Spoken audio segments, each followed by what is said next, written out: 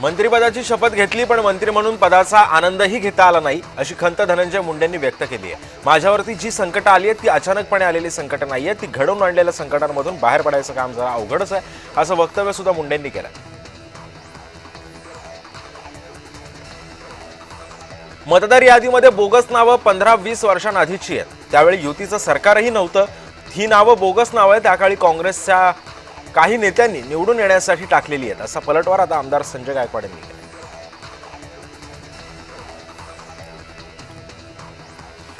छत्रपती संभाजीनगरच्या कन्नडमधील शेतकऱ्यांचं विविध मागण्यांसाठी 9 दिवस उपोषण सुरू होतं। संजय शिरसाट यांच्या कार्यकर्त्यांनी उपोषणस्थळी जात शेतकऱ्यांना उपोषण सोडण्याची विनंती केली। शेतकऱ्यांनी पालकमंत्र्यांना भेटण्याची इच्छा व्यक्त केल्यावरती शिरसाटांनी शेतकऱ्यांना घरी बोलावून त्यांचं उपोषण सोडलं।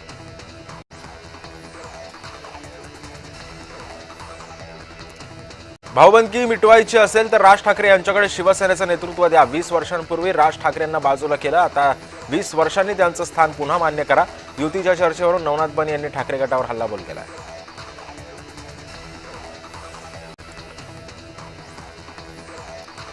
ठाण्यातील गोखले सभागृहामध्ये उपमुख्यमंत्री एकनाथ शिंदे यांनी सहकारी आमदारांसोबत नाश्त्यावर चर्चा केली आहे। यावेळी खासदार नरेश मस्के आणि कॅबिनेट मंत्री प्रताप सरनाईक यांच्यासोबत त्यांनी नाश्ता सुद्धा केला आणि 101 गायींची गोधन दिवाळी भेट म्हणून दिली।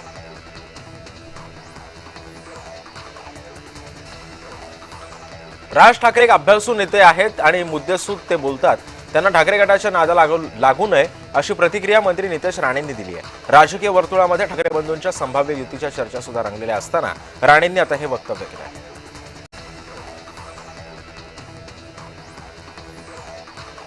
भाजपचे आमदार गोपीचंद पडळकर यांनी जयंत पाटलांवर पुन्हा एकदा निशाणा साधला। जयंत पाटलांच्या नेतृत्वाखाली असणाऱ्या जतच्या राजाराम बापू साखर पाटील कारखाना धुराडा यंदा पेटू देणार नाही असा थेट इशारा गोपीचंद पडळकरांनी दिला आहे। निवडणूक जिंकल्यावर राज ठाकरेंना मतचोरी आठवत नाहीये का असं म्हणत मंत्री नितेश राणेंनी त्यांना थेट सवाल उपस्थित केला। भाजपच्या माजी नगरसेविका संगीता गायकवाड यांनी ठाकरे गटामध्ये प्रवेश केलेला आहे। माजी नगरसेवकांच्या महायुतीच्या पक्षांमध्ये प्रवेश करण्याचा कल वाढत असताना गायकवाड यांनी थेट भाजपमधून ठाकरे गटामध्ये प्रवेश करण्याचा निर्णय घेतला आहे।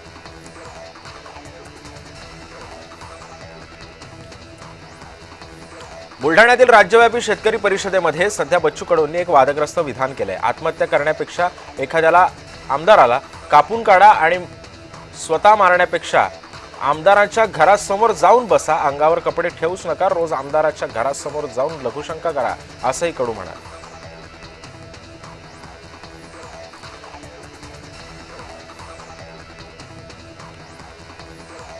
वादग्रस्त वक्तव्य करणाऱ्या बच्चू कडूंनी शंभू भक्तांची माफी मागावी अन्यथा धडा शिकवला जाईल असा इशारा योगेश केदार यांनी दिला आहे।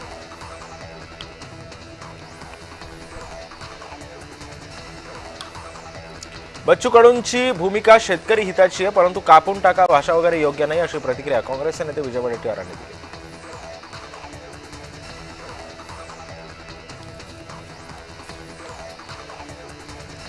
शेतकऱ्यांना आत्महत्या करू नका, थेट आमदारांना कापून काढा म्हणणाऱ्या बच्चू कडूंना संजय गायकवाडांनी उलट सवाल केलाय। 288 आमदारांना कापलेल्या शेतकऱ्यांचे प्रश्न सुटणार आहेत का असं म्हणत शेतकऱ्यांच्या प्रश्नावर टोकाची भूमिका घेणाऱ्या बच्चू कडूंना त्यांनी सुनावलं।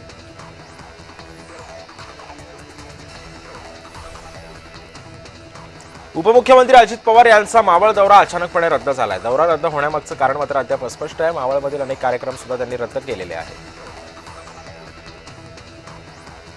वोट चोरीवर आरोपांवर राहुल गांधी आणि संजय राऊत यांनी न्यायालयानं ताकीद दिलेली आहे, पण राज ठाकरेंसारखा विचार करणारा नेता असा बोलायला लागतो तेव्हा विरोधकांच्या विचारशक्तीची कीव करावी लागते अशी टीका केशव उपाध्यायांनी केली।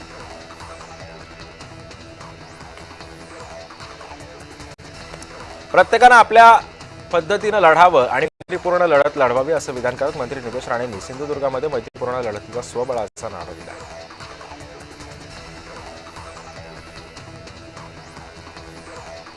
उद्धव ठाकरे पक्ष उपशाखा प्रमुखांचा मेळावा घेणार आहेत। मुंबईमध्ये 25 ऑक्टोबरला मुंबई महानगरपालिकेच्या पार्श्वभूमीवरती हा मेळावा होणार आहे। धुळे जिल्हाधिकारी जयकुमार रावल यांच्या हस्ते शिंदखेडा शहरातील सर्व नागरिकांना मिठाईचं वाटप करण्यात आलं। सर्व नागरिकांची दिवाळी गोड आणि आनंदाची जावं अशा शुभेच्छा सुद्धा त्यांनी यावेळी दिलेल्या आहेत।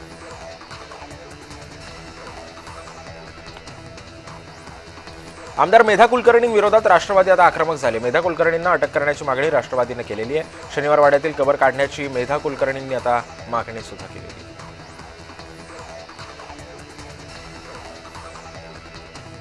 पुण्याच्या चाकण इथं महामार्गालगत ड्रेनेजचं काम सुरू असताना कॉन्क्रीट स्लॅब कोसळला. या घटनेमध्ये एक मजूर स्लॅब खाली अडकला होता. नशीब बलवत्तर म्हणून तो थोडक्यात बचावलेला आहे. फलटण इथं माजी सभापती रामराजे नाईक निंबाळकर यांनी कार्यकर्ता मेळावा आयोजित केला होता. यावेळी कोणत्या पक्षात जायचं ते मी ठरवेन. आगामी महानगरपालिकांच्या निवडणुकांच्या पार्श्वभूमीवर रामराजे यांनी कार्यकर्त्यांना फसवू नका असा सुद्धा सल्ला दिलेला आहे. ओबीसी नेते आणि ओबीसी समाजामध्ये संभ्रम निर्माण करतात असा आरोप बबनराव तायवाड यांनी केलाय.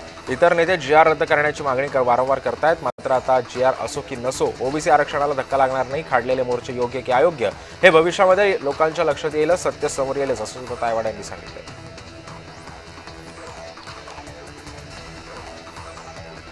निवडणुका जवळ येताच महायुतीमध्ये नाराजीचा सूर उमटतोय. शिवसेना पदाधिकाऱ्यांनी स्वतंत्र लढण्याची मागणी सुद्धा केलेली आहे. नाशिक, नागपूर, अमरावती आणि छत्रपती संभाजीनगर विभागातील पदाधिकाऱ्यांनी स्वबळावर निवडणूक लढवण्याची इच्छा व्यक्त केली आहे.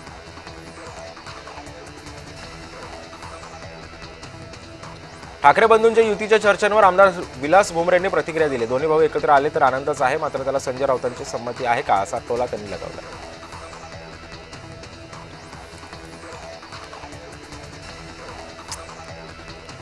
महाविकास आघाडीमध्ये नैराश्य आहे. मरगळ झटकण्यासाठी आरोप प्रत्यारोप केले जातात. निवडणुकात एकतर्फी हारणार असल्यानं मतदार याद्या बोगस असल्याचा केवळ मांडा प्रयत्न सध्या सुरू आहे अशी टीका महाजनांनी केली आहे.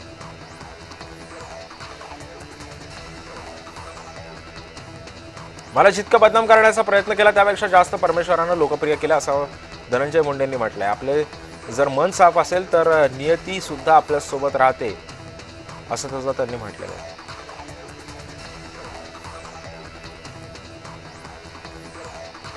धुळ्याच्या साक्रीमध्ये काँग्रेसला मोठं खिंडार पडले. माजी सभापतींसह शेकडो कार्यकर्त्यांनी शिवसेनेमध्ये प्रवेश केला. आमदार मंजुळा गावित यांच्या उपस्थितीमध्ये पक्षप्रवेश पार पडला आहे.